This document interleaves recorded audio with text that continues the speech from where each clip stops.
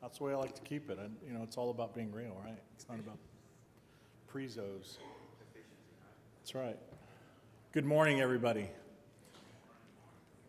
My name is Dan Olivares. I am the Senior Director of Cloud Security at Optiv Security. We are focused on cybersecurity solutions for our customers in the enterprise and mid-market space. I'm here to talk to you guys about commandeering the cloud with respect to identity.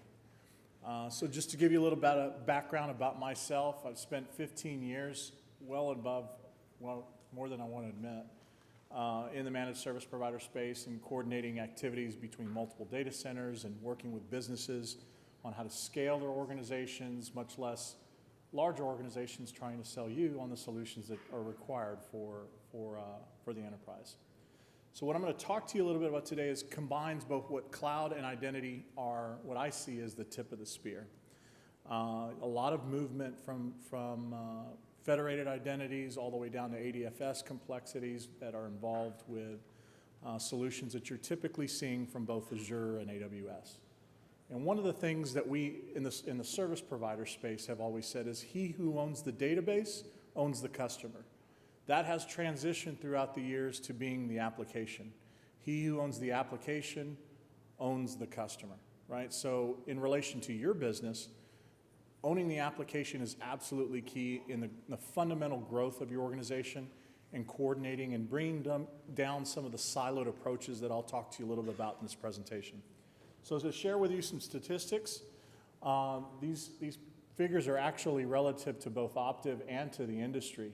And that is typically we're seeing over 1,071 applications that are running in the enterprise outside of the purview of a CIO, of which the CIO only recognizes 25% of that visibility into the application. So what does that tell you?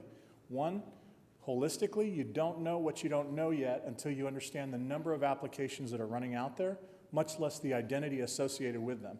And I'll share some additional statistics as it relates to the connectivity and the identification and profile of that user and where they're getting the credentials from in relation to that application in the cloud.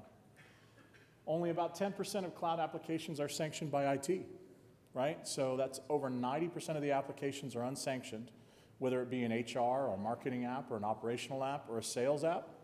Those things are not within the purview of security in some instances.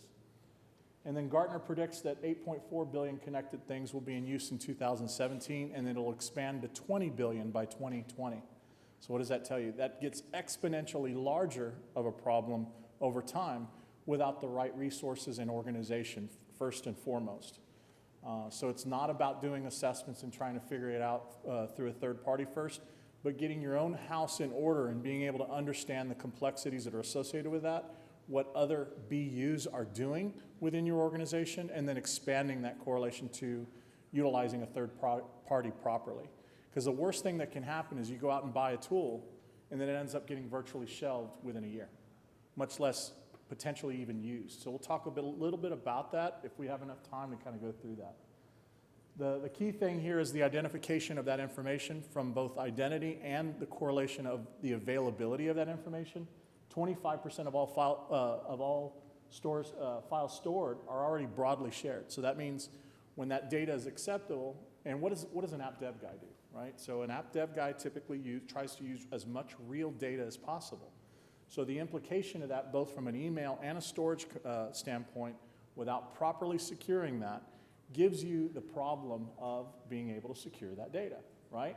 So that application that's being deployed or that has real data in it has implications from a security perspective, both from an IP perspective, from a regulatory and compliance concern, among other issues that are associated with that. And then 27%, you can correlate that from to an email perspective. Only about 5 to 10% of that is mission critical sensitive data that's subject to penalties and associated compliance and regulatory issues that you're going to run into. So what does that tell you? We've got to get a handle on what's out there, but we've also got to allow for the agility of the business in a significant way. And I'll talk a little bit about that as well as we move into this. So biggest cloud security threats, I mean, feel free to take a picture of this slide, but this is number 1 through 4, the priorities on what are the outstanding issues in the cloud much less correlating back to the identity coming back into your environment. I'll share a quick statistic with you on that as well. I won't read through all these, it's pretty self-explanatory, but the problem is becoming more and more exponential. Last year, these numbers were at half their status. Now they're double that with respect to tackling these concerns as it relates to identity and cloud. Separating the good users from the bad. And a bad user isn't necessarily bad or knows that they're bad, but just is trying to get their business done, right? They're trying to get things accomplished, tasks, projects that are associated with growing the business. Within these 16%, up to 76% of the employees may have demonstrated active high-risk behaviors. And that may not be directly the individual's fault as much as it is setting up the right identity program and correlating that back to what you're doing from a cloud security perspective, much less what you're doing within your organization.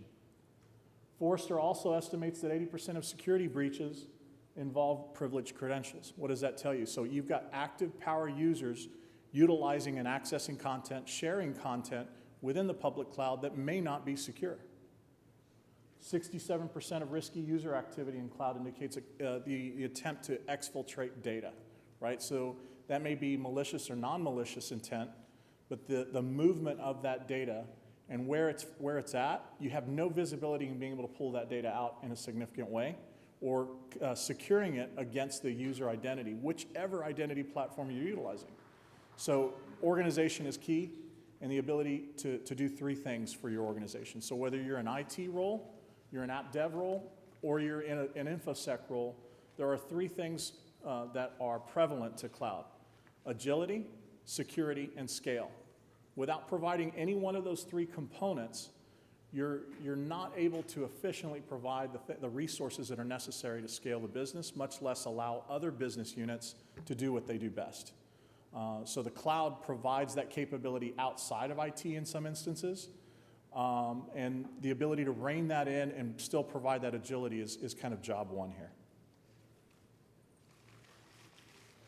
The Cloud Enablement Active Directory is a key, oh man, that's a long title, but a key enabler for moving to cloud-based infrastructure. 73% of organizations use Active Directory on-premise. So keep that in mind. So there's an application out in the cloud, but the identity platform is back in your data center. Think about the implications from a security perspective.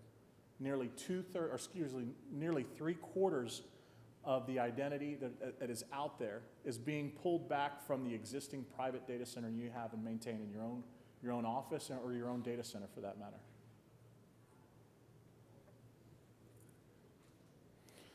So how do we start to tackle this problem and issue?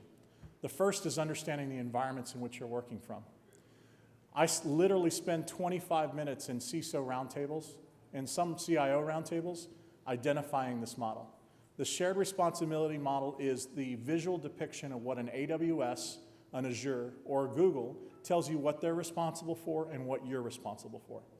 And when I say you're responsible, I mean that in a figurative sense, because you may not even see the workload that may be operating in that particular cloud. So you may have another organization that deploys these resources and not even aware of that. They may go out and purchase a firewall, turn it up, but not necessarily know how to properly configure it, and you're up and running. Is that secure? No. Am I using the identity against that? Probably. So these are the things that we have to think through in understanding this model, and this is what we advise our customers in trying to tackle this issue. There is a bit of an educational process after it. The cloud has been out there, but even this model isn't truly understood for a lot of senior executives as far as tackling this issue. You also have the collaboration issue that's associated with what I call kind of the reactive to proactive mode. IT is being challenged to do more and more with less resources in being able to scale the business. So what does that tell you? That their inability to scale and meet the demands of the business is impacted by their need to be reactive in that effort, right? Your InfoSec organization in the middle there is being tasked to provide answers at the 11th hour into an application or platform that they didn't have the decision-making process to make. And that isn't necessarily good or bad, depending upon application development teams, because they've got to do what they've got to get done. But when you consider that InfoSec is being brought in after the fact on what security tool sets are providing, the visibility aspect, the analytics associated with that, the ability to pull the information necessary to monitor those workloads is significant. So if you're not tackling that issue on the forefront, or at least having those considerations on the app dev side of the house, it's apparent you're going to have issues that are going to continue to compound over time. And then the application development team is challenged with becoming a revenue generator as opposed to what is typically a fixed line item expense for a business. So they can't necessarily wait on resource allocation within an organization, so they're going out and deploying those resources. So that issue tends to compound. So what is it that we're suggesting here, right? In that identity is the new perimeter with respect to what we're doing and what's out there in the cloud and what you have from a private data center perspective. So you see here to the right, the goal here is agility, security, and scale, but developing a path as opposed to enabling projects, right? Eliminating departmental silos and talking to other organizations in your business to understand what they're doing. What are they using from an identity platform? Because there's multiple identities within the enterprise. I have one customer that's utilizing over 300 different tools in the cloud. How do you manage that? How do you scale that? You don't. You have to come up with a plan that is where you have an active communication between the organizations on what they're utilizing and what platform best suits the company in the scale of that business. And you may not have control in a lot of ways, but your ability to provide that information and gain that information, you know where your holes are in your security policy. May not get adjusted at that point, maybe at a later date, but you'll know what your exposure is in relation to that. So what do we do in that process? We discover the unknowns first. Right now, there are over 22,000 different applications in the cloud today. 30% of your data is already in the cloud and you don't even know it, on average. 95% is unknown by IT. Most apps are not enterprise ready, given the fact that they're next-gen, born-in-the-cloud type applications.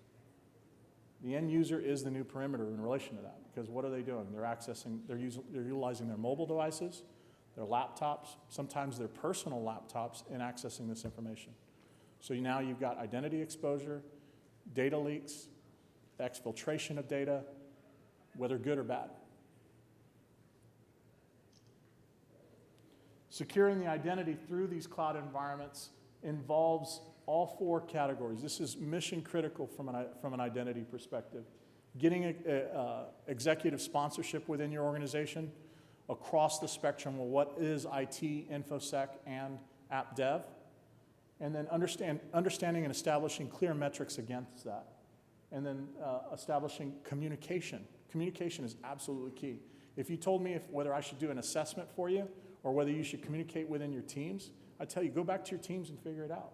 Ask them what they're doing on a daily basis. Take an effort in understanding what they're utilizing and what they're developing in the cloud. Develop an IAM framework for cloud environments. It's essential that you understand what the type of frameworks and how it correlates to your business, because not one business there's no one business that's the same as the other as far as an identity capability. You may have already made investments from an identity perspective as it relates to the enterprise. Other business units may have made identity investments such as a ping in the public cloud, right? So running specific application sets, but having the visibility is absolutely key here. Employing IAM approach that worked with a flow of business and not against it. And what this is referring to is potential federation issues with utilizing multiple clouds and what you're doing from a private data center perspective. And then bringing that back in and you can use multiple identities, but having the right structure that supports the business is absolutely key. Utilize integrated suites to better develop consistent IAM policies. The thing that I would struggle with that statement is being able to correlate that against what existing purchases or existing assets you've already made an investment into. Utilize what you have and then interconnect the ones that are either being utilized in a subscription-based model and then associate that back to the application and its use.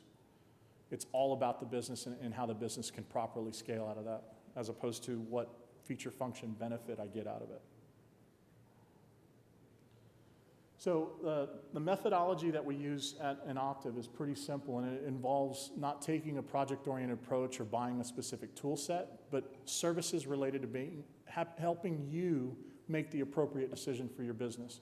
Obviously, tools are going to be required for that, but our services enable an assessment to execution strategy, both for the short and long-term capabilities here. So if you look at the cloud identity security, that you could put cloud security in there as a part of a component, and that's developing a roadmap, resource planning against that, design and engineering, implementation, tool. You get the point, and the fact that a programmatic approach is ideal, right? And you could do this yourself. It's not something that Optiv would have to do for you in that case. Also, the maturation model with respect to developing a program around your identity and cloud security is key. And what I'm suggesting to you is we don't follow every component that Optiv's designing as a part of this model, but assigning it to your organization to figure out where you are at in that particular model, right? It's not a matter of adhering to every consequence that's outlined in this program, but knowing what the implications are by not doing so, and then remediating any problems in between. This is what we work for establishing within the organizations that we work for, that we do work for on a regular basis. So we'll put together this program and tell you exactly where you are in alignment to that, and then we'll help remediate some situations in between. And this isn't one of those things where you go from aware to reactive in a matter of 2 or 3 months.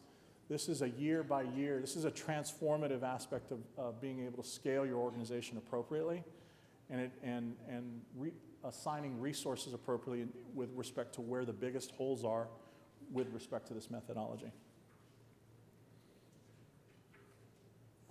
How are we doing on time? We're almost, yeah, we've got about a little less than 10 minutes here. And I'll sum it up with this particular slide, right? So making sense of it all is key. Knowledge is key, and being able to understand where your risks are, and looking at the shared responsibility model, taking the reins of all sanctioned and unsanctioned apps in, effectively using technology while keeping the bigger picture in mind. Remember, it's a short and long game. It's not about buying a tool, getting it set up, and say, hey, great, I got an identity platform in place. You've got to think through how the business operates and how it utilizes identity, and whether there are other implications in utilizing additional platforms or capabilities outside of the purview of your organization. None of us is as smart as all of us. I'm a big proponent of team collaboration. You'll find that within Optiv, and I hope to see that within your organization should we have the opportunity to work together. You'll find that it's absolutely key in kind of adhering to some of the standards that are like CSA, Cloud Security Alliance, and a number of other standards that are set out there in putting together the right solutions for your business. I want to dominate the cloud environments with a secure identity. Show me how to get security, agility, and scale. Those are the questions, whether it's Optiv or any other organization that wants to support your business. Those are the questions you need to be asking them. How are you getting me? Frankly, I've seen reports, in the magnitude of about $300,000, and it's a report about this big. And I sit across the table from the CIO and I ask the CIO, "What are you getting out of that report? What are the capabilities that? Well, we got a full report on what we should be doing from a cloud perspective. Are you utilizing it? Is your team using it? No. $300,000 and nothing to show for it. So it's about execution for your business. Align what is a CSA guideline, or for that matter, any other guideline, to what's effective for your business from that perspective. So that's something that, it's all about realism for us in the marketplace, and that we achieve that realism by adhering to what the customer's short and helping them build the long-term goals. So that is in a nutshell. I apologize for slamming through this. I understand we only have 25 minutes, but I want to give as much time back to you as I can regarding questions regarding cloud and the identity-based platforms that are out there today. Are there any questions?